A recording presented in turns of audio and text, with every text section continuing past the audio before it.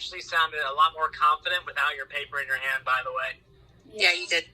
You sound a lot more confident because it's more natural. You're not trying to just read something you wrote. You're actually being Audrey right now. Yeah. So you're doing a lot better. And again, don't get hung up on statistics too much. Nobody knows. Okay.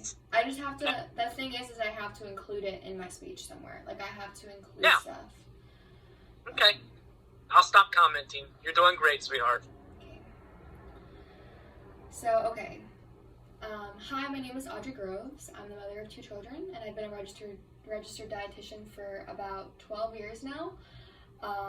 One of these major issues that I think we should all be brought to light on is malnutrition in the household for our children. I have, really had this firsthand with my own kids.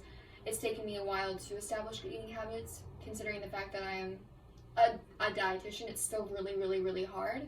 And I think that, a lot of the kids, not even just my own, but from what I've seen in other parents, a lot of us don't know or have a good definition of what nutrition really is and the idea of what healthy actually is too.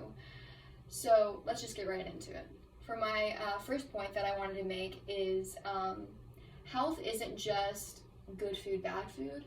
It really is, it encompasses our physical well-being, our mental well-being, and also our social life as individuals, because we're made to have connections with other people as well. So health, I just wanted to clearly make this point, is not right, wrong. It really is just a healthy balance of the three. And looking at the World Health Organization page, they specifically say that as well. They say health is a state of complete physical, mental, and social well-being. So I think that, in having a good balance of all three, we can achieve a greater good in our own physical well-being, and also that can relate onto our children.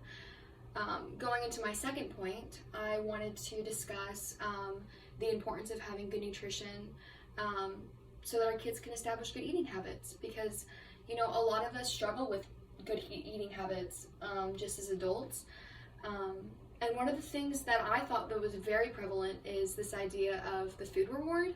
A lot of us, congratulate our children with going out to ice cream after they get a good grade on their, essay or speech. Like, I think it's really crazy how a lot of us skew, doing well to then, connecting that to, a food.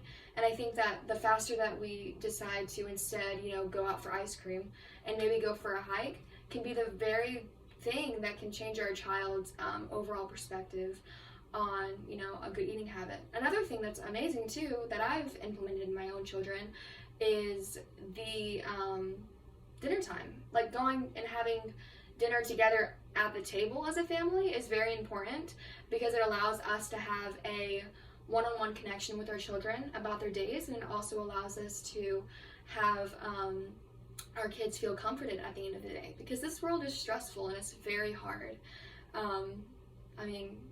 God specifically said that. So as a family, I think that, it's really nice at the end of the day to come together and really realize that we are one. Going into my third point, my last point, I wanted to talk about, I wanted to talk about body positivity in children. According to the 2016 journal study that I found, 31% of guys wanted to be bigger and 26% wanted to be skinnier. Looking at the other, side of that study as well, half of the girls wanted to be skinnier as well. So I think, our society, I don't like to say our society, but for real, the way that our world views our bodies and just overall, how we're being shown what, I guess confidence looks like, it kind of is correlated to how big you are, how skinny you are. And it's really sad, because we're not even looking at people's, I think, personality. We're just basing it off of how they actually look. So, changing that for our kids, allowing them to realize that, you know, my body is amazing, you know, just the way that God made me. And I think that, you know, I love how my body moves. I love how my body, you know, feels, etc. Like, I think that it really allows our children to have just a good positive outlook when it comes to that. And as parents, that should be one of our main priorities. So to sum it up, although, you know, good nutrition can sometimes be really hard for all of us, I think it can really help our kids establish, you know, good eating habits.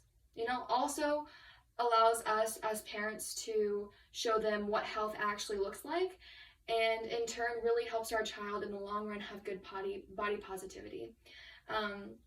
So one of my favorite verses that I really like to bring into some of my sessions with children and parents as a registered dietitian is this verse that I am fearfully and wonderfully made. And I think that, you know, God is, you know, just the big example of what we all strive to be. But I think that, you know, with the world that we live in today, it's sometimes really, really hard to view ourselves as good in his eyes. And so I think that as parents, and what I've implemented with my kids is every single night or in the morning before you go to school, just say, I'm fearfully and wonderfully made. I'm fearfully and wonderfully made. And having those good positive body positivity affirmations every single day can really help your kids strive to become a better version of themselves in and out of the classroom. Thank you.